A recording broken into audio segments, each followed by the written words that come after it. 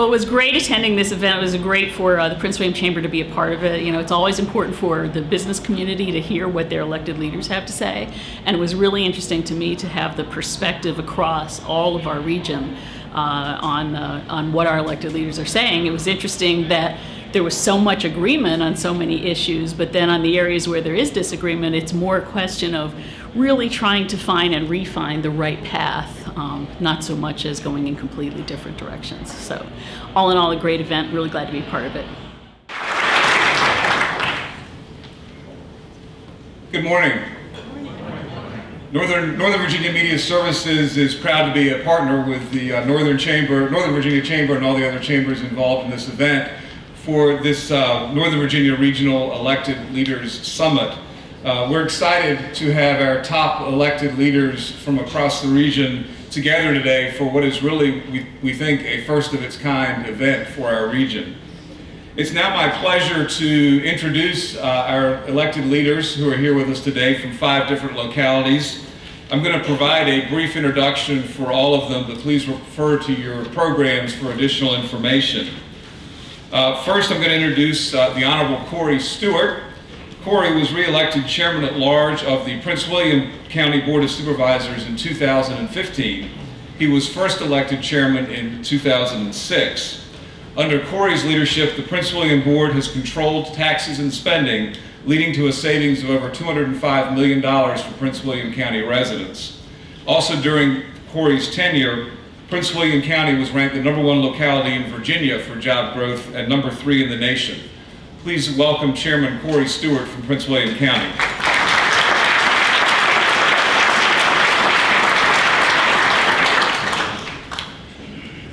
Next to be introduced is the Honorable Sharon Bulova, who was re-elected Chairman of the Fairfax County Board of Supervisors in November 2015.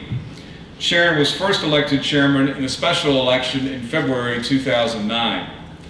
Sharon believes that an informed and engaged community is a well-served constituency and is the key to striking the right balance between keeping taxes affordable and maintaining a high quality of life. Please welcome Chairman Sharon Bulova of Fairfax County.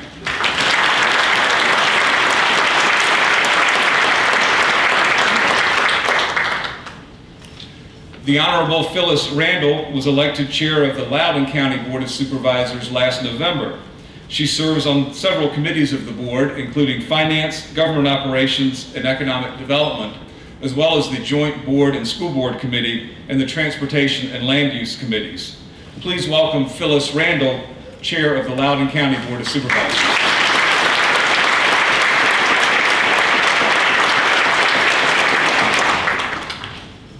The Honorable Jay Fisette was elected to the Arlington County Board in 1998, and he has served as the board's chairman 4 different times, 2001, 2005, 2010, and 2014.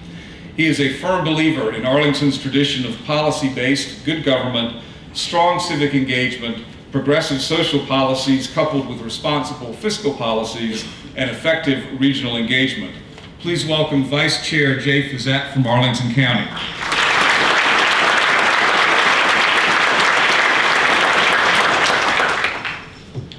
And finally, Allison Silberberg was sworn in as mayor of Alexandria City in January of this year. Allison served as vice mayor of the Alexandria City Council from 2012 to 2015. Mayor Silberberg is a writer and a lifelong advocate for social justice issues. She has worked to promote civic engagement and address unmet social needs. Please welcome Mayor Allison Silberberg from the city of Alexandria.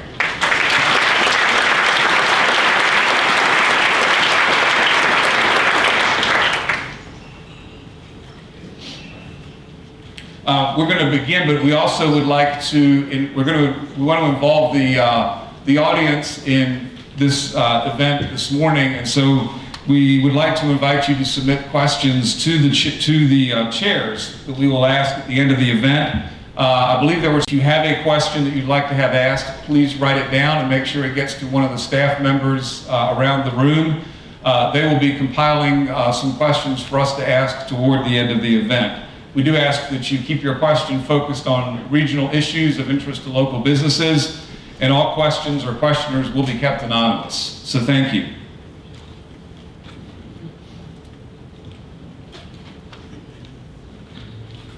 So we're now going to begin, and just to give you an overview of how this is going to work, fortunately or unfortunately, there are no ground rules.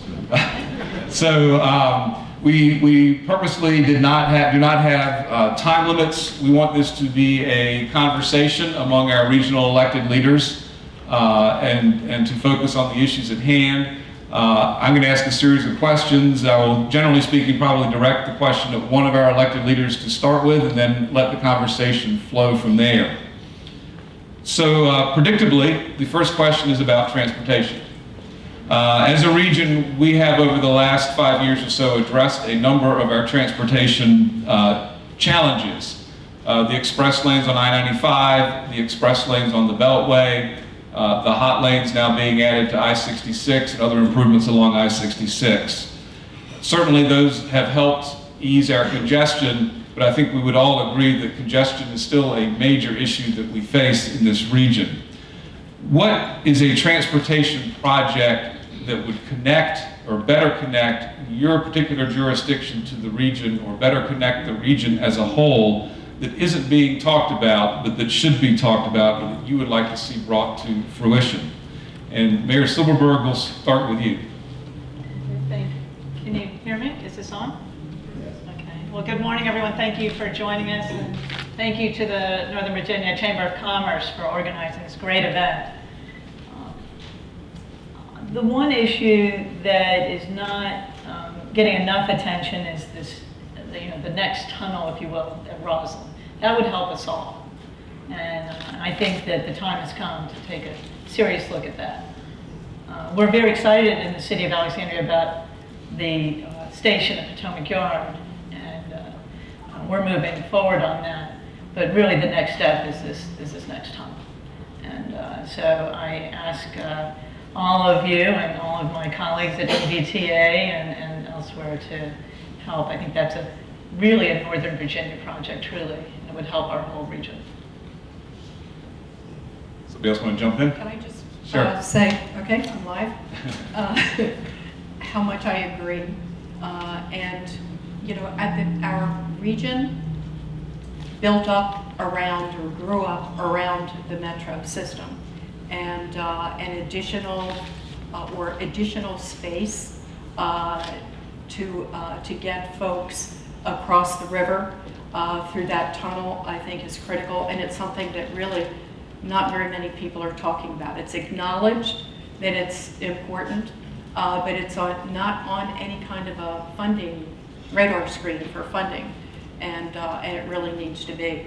And I would also like to mention the American Legion Bridge. That is talked about.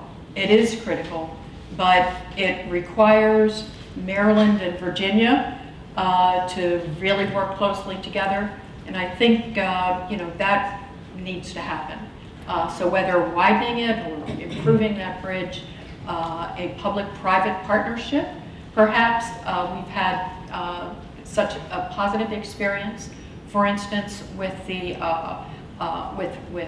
hot lanes, having a private partner perhaps work with us, work with Maryland and Virginia to help fund that project, I think would really move things forward. Well, I think, go ahead. Go ahead. Well, thank you. I'm going to give an answer that may be a little different, but I think it's the most obvious answer. If I want to decrease traffic going into and out of Loudoun, the best thing I can do is have jobs in Loudoun County. And so we really cannot divorce job growth from transportation. And so although it's not a transportation project, what we really want to do is find ways to incentivize businesses to come locate in our area, and so that people can live where they work and not have to get on the bus. Obviously, we all support multimodal options. We support the metro, long-haul buses, obviously walkable communities, the tunnel. We will soon be talking about another bridge crossing. But the most obvious answer to getting cars off the road is to work where you are. And so to create a climate for job development and job growth in each jurisdiction, to give people opportunities to work where they live, is, I think, the one thing we don't talk about the most, and it seems the most obvious to me. land use answer. Corey, do you want to jump in? Sure. I think that, well, for one thing, I would agree that we need to, completely build out where Metro has already been planned and financed. We need to build it out. Debate is over. We need to get that done. But the reality is that the region's transportation network primarily is a road network. And it's not going to change all that much. We're going to add roads here and there. We need to expand 234 to the western side of Dulles, perhaps further. That would take pressure off. That would give Dulles direct access to 95, take pressure off 495, the Greenway, and then also 66. But the reality is that every major automotive corporation in the world, and a lot of non-automotive makers, such as Google and others, are investing billions of dollars into smart automobiles, autonomous vehicles. We need to be prepared because by 2020, it is estimated by one of the makers of the autonomous vehicles that people will begin to see autonomous vehicles regularly on the road. And by 2025, they're going to be ubiquitous. So there are some things that we can do as localities, work together with Transurban and with VDOT to install sensors and other equipment on the roadways to help to make more efficient use. I think we need to leverage that technology to make more efficient use of the existing transportation infrastructure that we already have in place. And yeah, I'll sum it up. Okay, thank you. No, I think you've heard a lot of good ideas up here. I happen to come from and have developed a strong adherence to what we call smart growth, which is that connection between land use and transportation. So when Phyllis raised the issue of land use and jobs, connecting jobs, transportation, and housing is a key. In some ways, it's like energy efficiency is the cheapest way to reduce fuel and energy costs. So in my view, you cannot divorce the two. So as a region, when we look at those issues, we should look at them in tandem. You've actually, I think it's about 84% of all the development in the pipeline in the region is within a quarter mile of a metro station. The rail is a big difference, and the only way to address the future and the future congestion efficiently and at lower cost is by doing it smartly and not just sort of expanding at will. So I love the two big projects that you both mentioned. To me, those are the ones that will address core capacity. We have to address core capacity in the metro system. We're all working towards that. The recent study, I think it was at VDOT, looked at the 11 crossings across the Potomac. There are 11 now, and identified the two biggest issues. Rosslyn Tunnel, the fact and that affects Alexandria hugely by the diversion, the fewer yellow line trains going across. So it has a major impact and limitation on the system. And the second is the American Legion Bridge. And whether that means bus rapid transit, whether that means working with Maryland to extend the HOT lanes, there are a number of opportunities, I think, down the road. Let me ask a couple of follow-up questions. First about Metro, since a couple of you all brought it up regarding the Rosslyn Tunnel. Obviously, the Metro's Safe Track program and the Metro system in general has been in the news most of the summer, not necessarily for very good reasons. How do you see the future of Metro, and more importantly, how can we as a region work together to have more of the Metro dollars and funding go toward projects in Northern Virginia that would help Northern Virginia? How can we work together in that effort? Sure, go ahead. Do you want me to go first again? Sure, go ahead. I don't want to. Am I? You brought it up, so go ahead. First, Oh, Okay. yeah. You have to go I don't know. I don't know what the batting order, since we're in baseball, says the batting order. There is none. Okay. Well, I'm sure that my colleagues will agree. Certainly, at the Council of Governments, we've talked extensively about Metro and the whole region. This is really a remarkable time. The Metro system is really the backbone of our economy, but it must be safe and it must be reliable. Safety and reliability, but also accountability.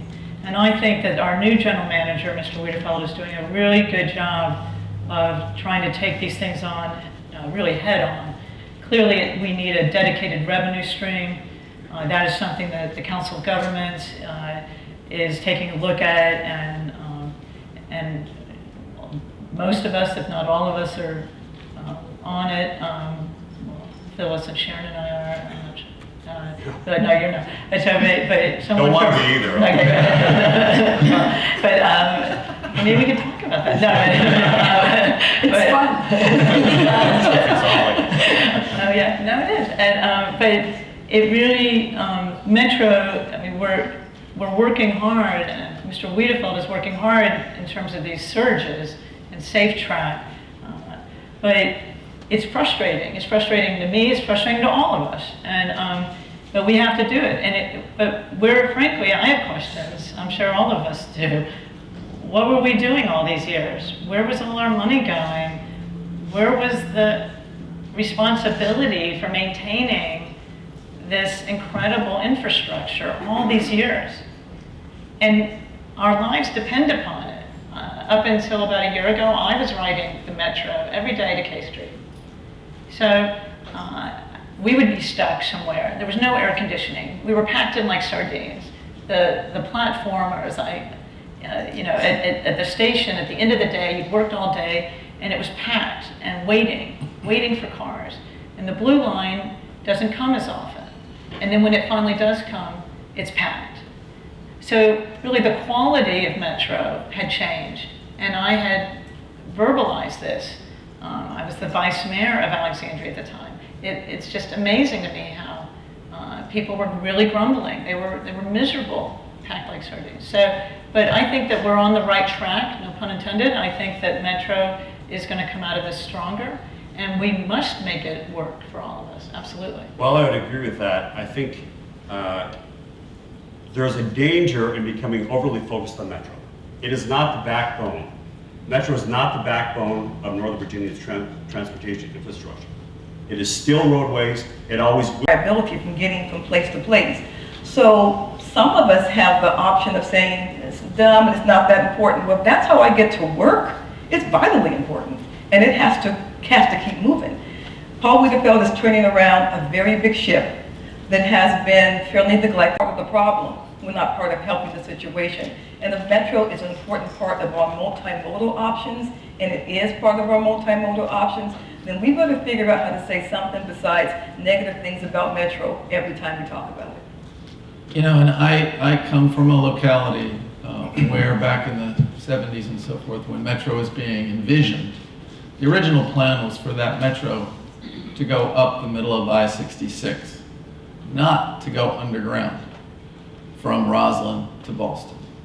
And some very wise people before me, well before me, had a different idea. And they worked really hard with our community to change the land use plan and create value and create community. And after a lot of work, that Metro was moved from the middle of the highway to an underground system that created the Rosslyn-Boston corridor. I don't know who could hear that story and look at that success and not realize the value of that rail system if you use it properly.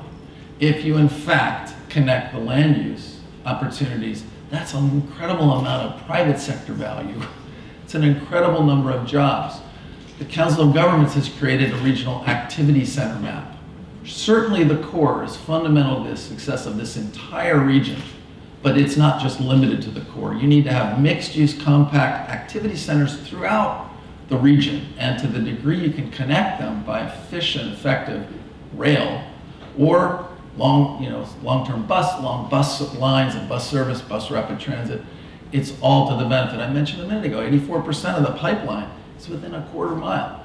So, with all due respect, the comment that my colleague Corey made, I couldn't be at a more different position, because in my view, the backbone of the region is the metro system. It isn't the only part of the transportation network, by far. It's got to be much more than that. But if it were not there, this region would be at a standstill. And in fact, to look at the positive and to look, I think we're getting a consensus on a plan to move forward. It's still got work because there have been so many errors and mistakes, whether it's in management, whether it's in oversight, safety. But the reality is everyone deserves some responsibility for that. Well, we didn't build a 3-track system, we built a 2-track system from the very beginning to save some cost, right? A 3-track system would have allowed a far greater opportunity for maintenance of that system from day one. So there are many decisions that are made along the way that affect the outcome. But without Metro, I don't care where you are in the region, I would argue that it affects and supports every locality. Because whether you're coming from Prince William or out in Montgomery County, if you take all those people that are now using Metro and put them on the roads, your commute just lengthened by double. Well, look, this is an important debate, and I'll tell you why. There's not an unlimited amount of money out there for transportation improvements. I mean, I looked at the members of the General Assembly, and I can tell you that is not the case. We're not going to get a tremendous amount of additional funding for our transportation needs. Every other member up here has been talking about what is. We have to be thinking about what's going to be. This region is growing, it's going to continue to grow, and it's not going to grow by further and further density inside what we already have. It's quickly extending all the way to, pretty much already has, all the way along 66 out to Winchester, and down 95 past Fredericksburg. Those regions, those areas will never be served by Metro. It's cost prohibitive, and it makes no sense whatsoever. So if we continue to pile more and more money into a system where the maintenance costs are skyrocketing, where in order to expand it, you've got to spend, what, $5–6 billion to expand the core? It makes no sense. It's never going to work. You've got to look at the existing roadway infrastructure. You've got to improve that infrastructure. It's a much more efficient way to serve businesses and residents in the future. Let me go ahead and change subject. One quick Why would you comment. want to do that? Actually, we are accommodating our future growth within Fairfax County, within the core, and we're doing so by encouraging that growth in areas that can be served by transit. And you're here in Tyson's, which is one example of that philosophy. That is how we're accommodating our future growth. We want to continue to grow. We want to continue to grow with population and with industry, and we want to do it differently than our older development patterns. So our patterns today are within activity centers, mixed use, walkable communities. And by the way, multimodal, we're talking about Metro because your question focused on Right. Metro, and that is the centerpiece. But there are plenty of other multimodal options in the region. There are carpools, there are van pools, there's HOV, long line buses, VRE, a big source of support for Prince William County. I mean, VRE, and it needs to expand, and they're looking at Long Bridge now in ways of improving the capacity of the commuter rail system, and connecting it to Maryland in a more efficient way. So lots of different options. The key is to reduce the number of people driving alone in a car and giving them serious alternatives to be able to do that. And Let me go ahead and jump to the Can I just, like one sentence, and that is, sorry, Mr. Potter, one thing that we've seen during the surge and Safe Track is that a number of folks are sharing rides in an Uber car. And as they Uber in, they're splitting it, and it's about maybe $3 each. Now that's an interesting development for us to think about. As it is when you get on Metro, it's at least $3 each way, plus maybe you've taken a bus, plus maybe you parked your car and paid for that. I knew you were going to come around. But I guess my point is that as we look at Metro and talk about it with dedicated revenue stream, the idea, and if you go to Europe, BritRail or Eurail Pass, that these passes, that it's so subsidized that people say it's an obvious choice to take mass transit, and that reduces congestion in the core. So clearly we could have a whole conversation just about Metro, but we do have some other topics to ask about it. One, I just want to direct this question to Phyllis and Sharon. That is, you all mentioned the American Legion Bridge, and I think Phyllis, you mentioned the possibility of another river crossing somewhere further west from Route 7 going up into Montgomery County, Maryland. I'm curious, is that something that you all would support and that your jurisdictions would support? First of all, the American Legion Bridge is something that we have made a transportation priority for us as to something we want to see happen. And another bridge crossing is something that that our board has been supportive of. Although where that particular crossing will be is yet to be determined. So, this is an interesting and sometimes frustrating conversation. There's nobody in this room. There's nobody in Virginia that doesn't support another bridge crossing for the right? Am I right, Mr. Stewart? You're talking about bridge to the west? Yeah, bridge to the west. I do not. Okay, so Jay.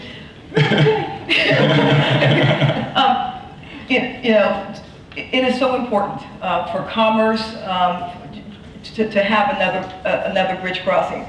The truth is, at this point, I don't believe that elected officials speaking with elected officials will get this done. I think the business community speaking to the business community in Maryland so they can speak to their elected officials will get this done. We are all a little bit frustrated that is something. Now, obviously, we have to take into account especially the environmental concerns. I received an email yesterday from somebody from the Sierra Club that says we do not want another bridge crossing because it will destroy the environment. And my email back to him was, can you give me some details on why it will destroy the environment? Give me some more information. I want to have those conversations. Those are important conversations to have. But in Virginia, for those of us who support this, I think I am ready to go have that conversation, but I would not go have that conversation with anybody in Maryland without going hand in hand with Tony Howard from the Loudoun Chamber and our chambers, because I think it's the business community that will tell the elected officials in Maryland, this is important for our business climate. Yeah, I guess I may be the only one up here, but I think that decision hasn't been made. I don't know that the need has been determined yet. I know VDOT has done some work on this over the years, and I don't know that it has been definitive at all in terms of the ability to make a significant dent in the commuters taking that route. If you ask me, a freight bridge maybe south of the district to keep the traffic from coming into the core and opening up capacity on Long Bridge is certainly a good thing to look at.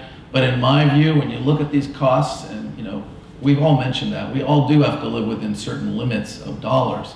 To me, to put another bridge at a huge cost out further without understanding the implications for the economy and the sustainability of the core of this region, I think would be a mistake. I think, in fact, the investments you've already made in the Silver Line recently, that you're making in the Purple Line in Maryland, this would serve in a great degree to undermine the effectiveness of those recent investments. Would you be in support like a fourth-roaded study to see the results that you just talked about? And I think they have. VDOT has done some study. And I think what they said is maybe by 2040 we would be able to start to see a need. But I don't even think the VDOT study suggests that there's a need today. And you asked the question earlier on for the big projects. That didn't come up from anyone. What you heard about was, if you're going to make choices on where to put your $1 billion or $2 billion, look at the metro tunnel at Rosslyn. Look at the American Legion Bridge, where it is overcrowded, but there are plenty of multimodal alternatives that have not yet been made and investments made, whether it's the hot lane extension from Virginia to Maryland, whether it's bus rapid transit and expanding a bus rapid transit system throughout the region that connects. We're looking at the NBTC. I happen to be the chair of the Northern Virginia Transportation Commission this year.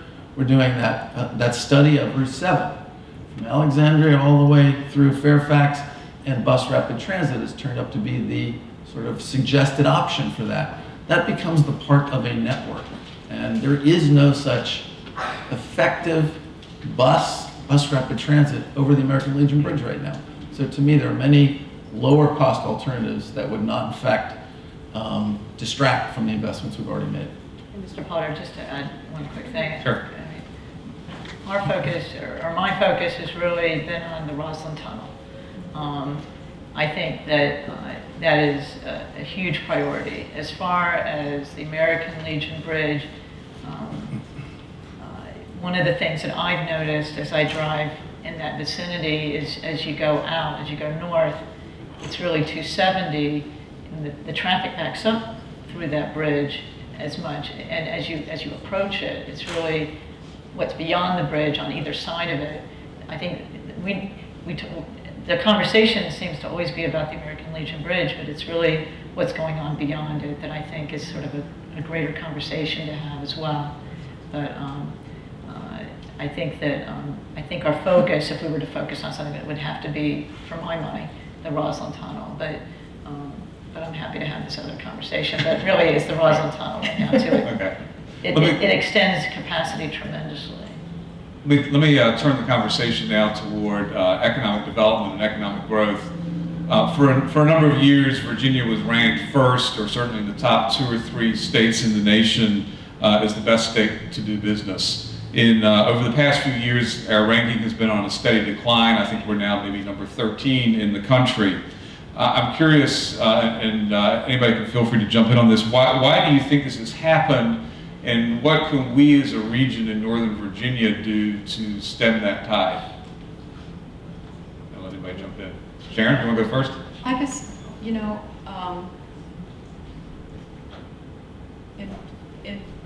Virginia, we have kind of a disconnect between the Northern Virginia area and our region, which is fiercely pro-business, pro-economic development, and also where there is a local investment in education that is absolutely critical in order for this to be a business-friendly community. And so, I would just say that we need to continue doing what we're doing in Fairfax County, Loudoun, Prince William County, Alexandria, Arlington. I think that we are a business-friendly place, a place where the business community is comfortable investing in because we're not going to change the rules. And I think sometimes that's a problem in other parts of the Commonwealth. And also the investment in education, and also in human services on the state level has been pretty low in comparison to other parts of the United States, where a much larger amount of state funding goes into education, human services, and also transportation infrastructure. I'll just jump in and say that in Arlington, my community, I've been on the board a while. We counted on our investments in education and transportation and creating a great community with parks.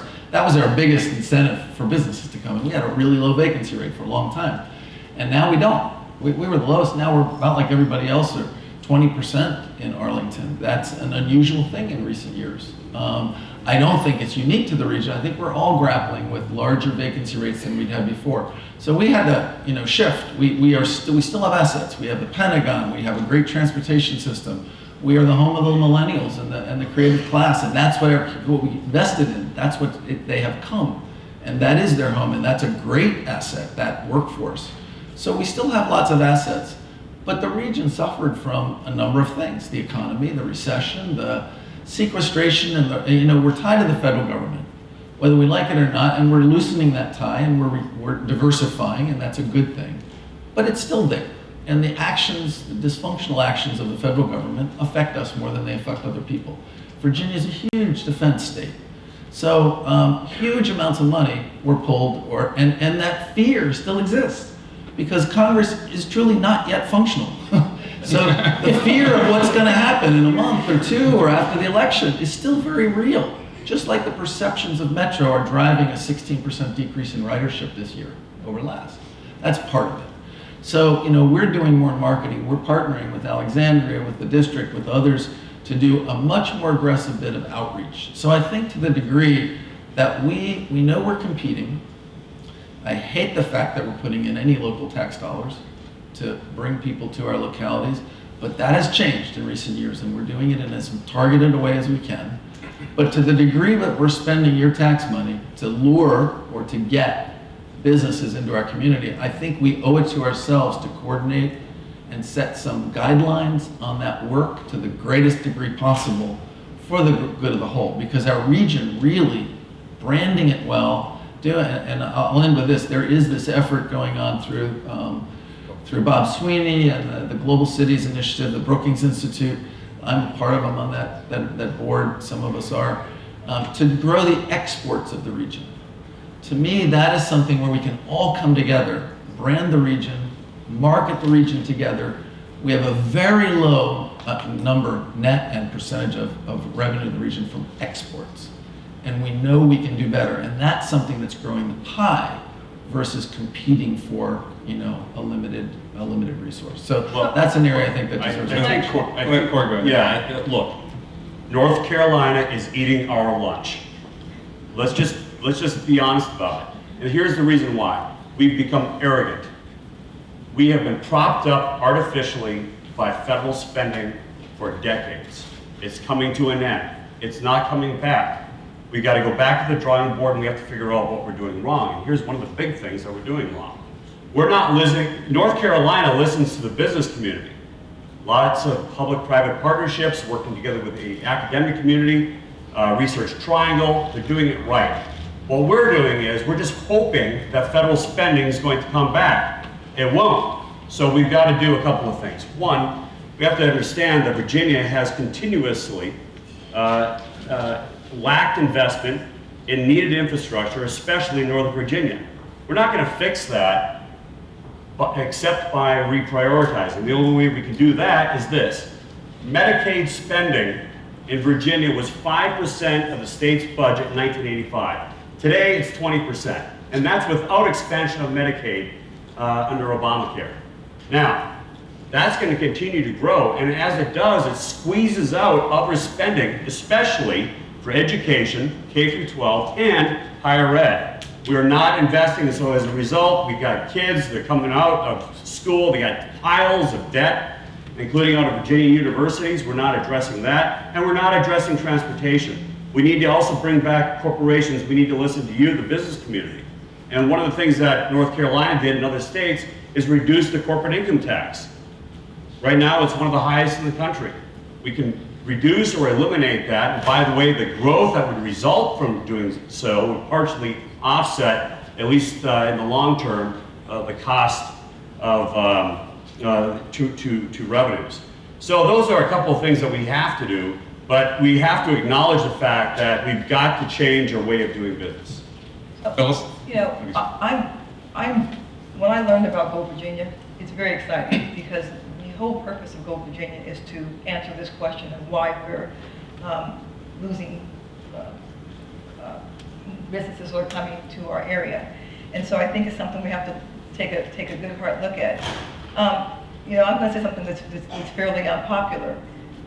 If we're going to create businesses for the next generation and going forward, every room we talk to can't look like this room. We do not bring, it just is what it is. We do not work to bring different perspectives and different voices and different attitudes to these rooms. We talk to one another in a bubble. We disagree or agree in a bubble. If these two wonderful gentlemen are the biggest diversity we're going to have in a room, and they disagree on, that's a problem. And so we want to first try to start doing is bringing in different voices. Let's talk to people. We talk about the millennials. We don't talk to millennials very much. And when you look at some of the studies that say what millennials want, you find that millennials want the exact same thing that late-stage baby boomers want. So let's actually get those groups together and have some more real, substantive conversations about some of these issues. Let's talk about different industries. Let's talk about international businesses. I just came back from a trip to Korea, South Korea, and China. And one of the things we did was visit all the tourism agencies, and we actually said, what keeps you all from coming to America? Surprisingly, the number one issue all the tourism industries in Asia said to me was, what's going on over there with you all's guns? Like, that was the number one thing I heard. What's up with you all's guns? There's a whole lot of shooting in America going on. And I was like, you gotta be kidding me. And I'm going, no, Loudoun's a wonderful place to come live. But I mean, you know, we have to hear what people are saying to us. We can't just decide that we know all the answers, and if we hear an answer we don't like, we're not going to respond to it. If Asia is saying, we're not going to come, I mean, because the tourism dollars from the Asian Black nations has decreased significantly. If they're saying, you all are violent and have too many guns, we may want to listen to that. We may not want to go, Second Amendment, forget you. I mean, it's an issue, right? And we don't, you know, we can be a little bit arrogant sometimes. No, we are the best country in the world by far. I believe that. That doesn't mean we have all the answers every time. We have to be able to hear different perspectives from different people and different cultures and different places. And it is my hope, and I am very excited that Go Virginia will be set up to do just that, to really drill down into what's been going on in our economy, that we're losing businesses. And if that's what this initiative will bring, then I think we will start to see a recovery fairly quickly. Yes, well, regarding Virginia's place in terms of being business friendly, first of all, I think Governor McAuliffe has done a lot of outreach, and to his credit.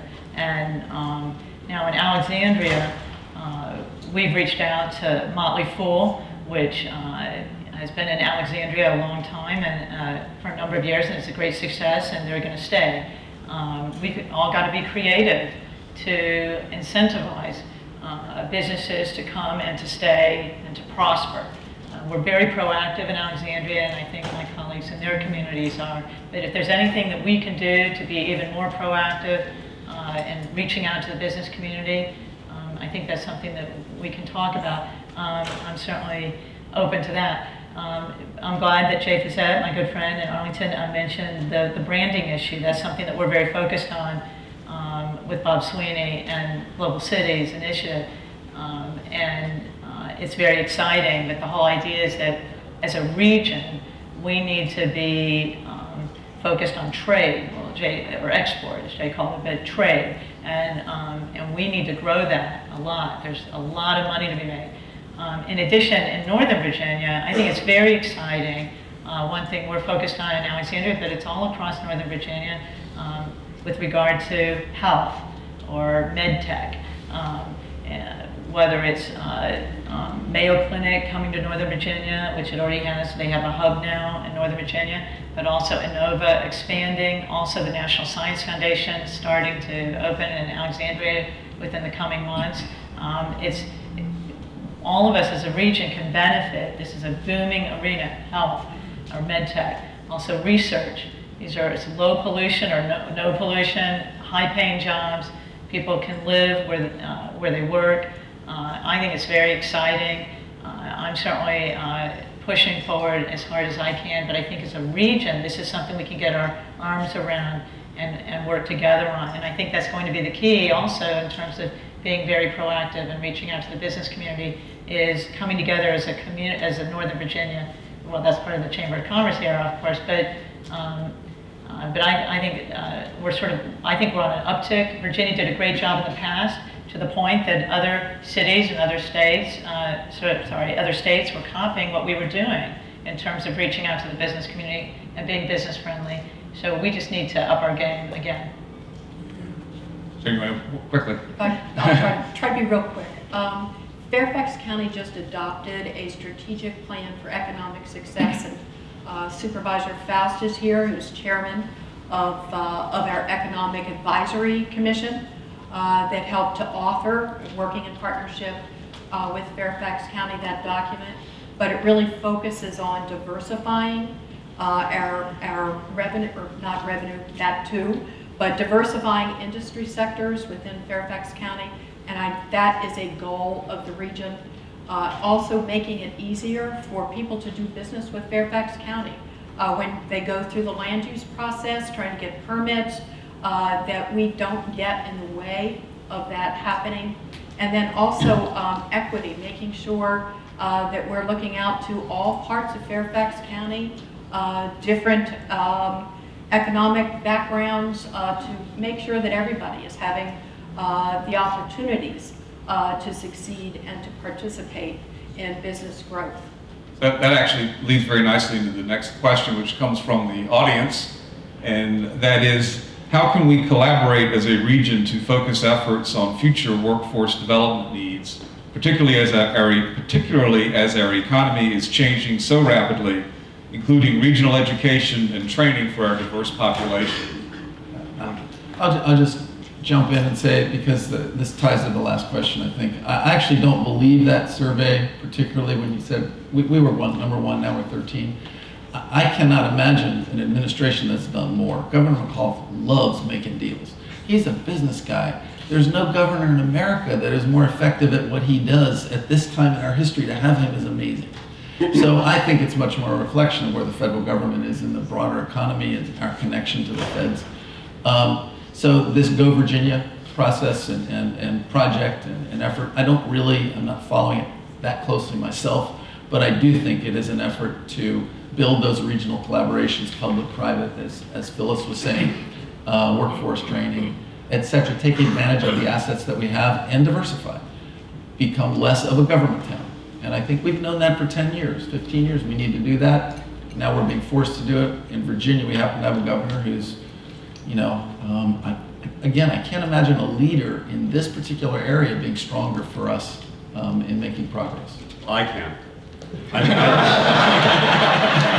And I bet a president too.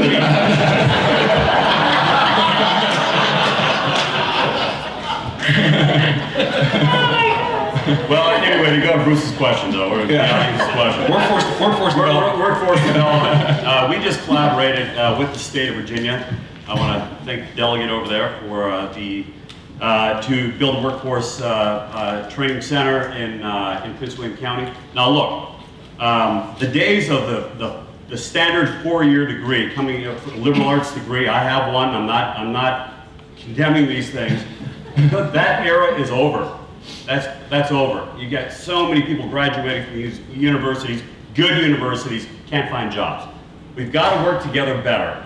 We have to listen. This is the biggest thing that government, the biggest fault of government is not listening to you, not listening to the business community, working together directly and specifically with regard to the needed skills and education that the workforce is going to need in order to prosper into the future. That's the first thing.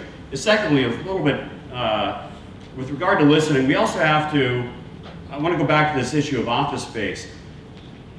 The era of an ever-expanding need for general purpose office space is over. It's not coming back. You all know that in the community. Why? Because the need for that office space is declining. When I first started as an associate in a DC law firm, we used to know who was important because you counted the number of ceiling tiles. Now everybody gets a small little, I don't want to say cubicle, but very, very small office. Those days are done. We need to work together with the business community to repurpose office space. And one of the things that we're doing in Prince William County very successfully, biosciences, high-tech manufacturing, repurposing a general purpose office space for clean industrial uses and potentially other uses as well. But we're not going to be able to do this alone, and we're not going to do this based upon, we're not going to fix this problem based upon the same old decaying strategies of thinking that we as the government are going to propel this economy forward. We can't do it. Government needs to build adequate public infrastructure, including educational and transportation. It needs to have low taxes, and it has to streamline regulations, listen to the business community, and let you do your job. So I have this habit of actually trying to answer the question that was asked. And the question was actually about workforce development. Right. All right. So a couple of things. One, what are we doing with our high schools? When kids are in the 11th and 12th grade, what track are we talking about them going on? It is wonderful to believe every child will go on to college. Some kids may want to go to vocational school. And quite frankly, you can have 50 doctors, but they don't do you much good when you need a plumber, right? So let's try to first diversify the industries we put kids in. Secondly, and this is something I think about all the time because as well as being chair of the county, I'm also chair of Virginia State Board of Corrections, which means we have thousands of low-level offenders sitting in jails right now that we could be doing some development with them. They go into jail, they sit there for 2, 3, 4 years, they come out with no more skills than they went in. Last year, sorry General Assembly, with all love to you, last year 80% of the General Assembly budget cuts went where? To the corrections department. What did that cut out? All kinds of developmental training and education that they could have been receiving while they were in jail. What does that mean? They're going to go back to jail. What does that mean for us? We got to pay for them to go back to jail. You know how much more money it costs to put somebody in jail than to put them in school? It costs $100,000 to incarcerate a youth in Virginia. That's a 4-year education. That's a 4-year education. So let's actually talk about what's really our priority and where we really want to put that money. Because if we put that money in high schools, if we put that money in lower grades because we know that's how kids' brains develop, if we put that money to people who are actually sitting in jail not doing something, then we actually save money in other places. Right now we do things completely backwards and we're not developing a workforce, we are responding. And oh, by the way, there are times when somebody gets to a certain age and they think, gosh, I might want to do something different in my life. I've been in field X for a long time. How about some grants for that person who actually wants to change their vocation or change their education path and figure out how to do something else with them versus saying, pay for it yourself, and then you sit on student loan debt for God knows how long. This goes back to, yes, listening, but also, most important, listening, but also thinking outside of the box and doing something different. If you do the same thing we've always done, you're going to get the same thing you've always received, and that is, at its base, just illogical. Sharon, Allison, go ahead. Workforce development is something that is, I don't think we've all really gotten our arms around exactly what it means or requires. At the risk of agreeing with Corey, we need to be listening to and talking to our major corporations or businesses to understand their needs and to make sure that we have a portal for them coming through our school system so that young people are being educated in a way that is going to be supportive of the industry that we are seeking and that we are bringing here to the region. We talked earlier, all of us talked about the importance of industry diversification. We're trying to find different industries to locate here than what has been our traditional past. And Bechtel, the construction giant, Hilton Worldwide, hospitality, et cetera, Cvent. Hospitality events. We need to make sure that as we're encouraging these businesses and corporations to come to our region, that we have the workforce that they need. And so it's important that we're listening to our business community and defining. And so the answer to workforce development sometimes is a variety of things that we're going to be having to adopt and focus on. I don't think it's just one thing. Allison? Well, when Sharon earlier today mentioned the mosaic, the idea of the mosaic, I think that's true with regard to workforce development. I firmly believe in, that education is the great equalizer. I still believe that education is really at the root of so much. It gives people options, gives us all options. There are ways to have training programs as you come out of high school for a plumbing background, but a plumber is still a business person, still has to know things.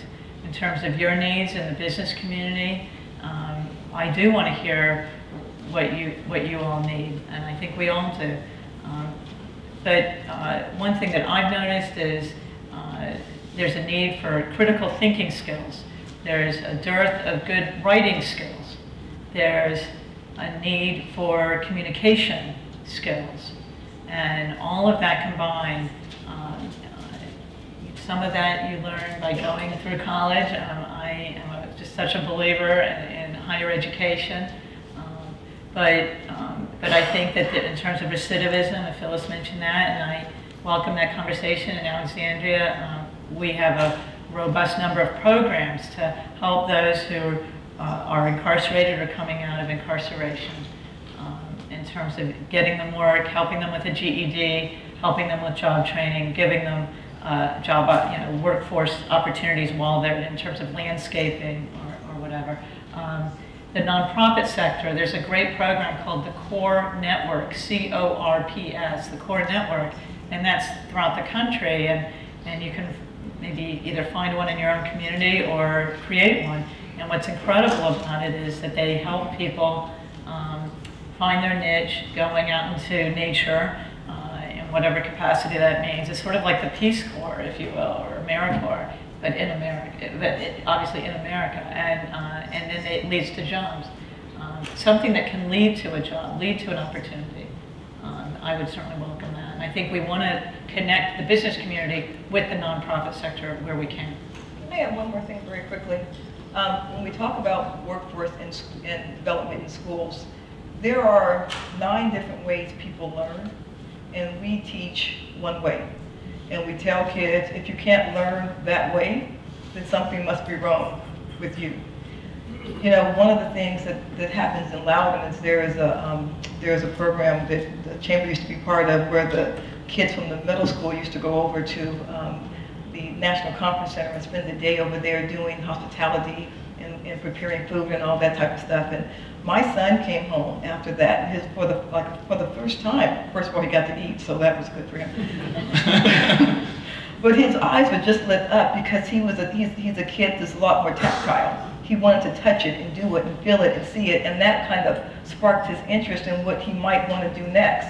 And so when we talk about workforce development, we also have to talk about education and how we're teaching children, and not try to decide that every child learns one way, and that's all the way we can teach them. Thank you. So we have to wrap this up, but I have one quick question. I'm looking for a yes or no answer, if we can get it. It may be easier for some of you than others. Governor McAuliffe has not made any secret of his interest in attracting a new Washington Redskins stadium to Virginia, and specifically Northern Virginia. Is this something that individually you would be interested in pursuing for your particular jurisdiction? Yes, for Loudoun.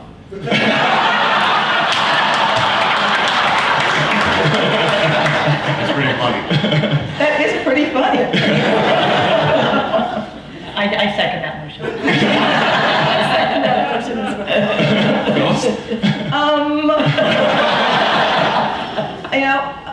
I think we're not there in that conversation yet, and I think that the question is a little premature for me to be able to give an answer. Corey, how about Woodbridge and Madison? No way. Okay. We need to wrap this up. Thank you all very much for participating. How about a round of applause for all that?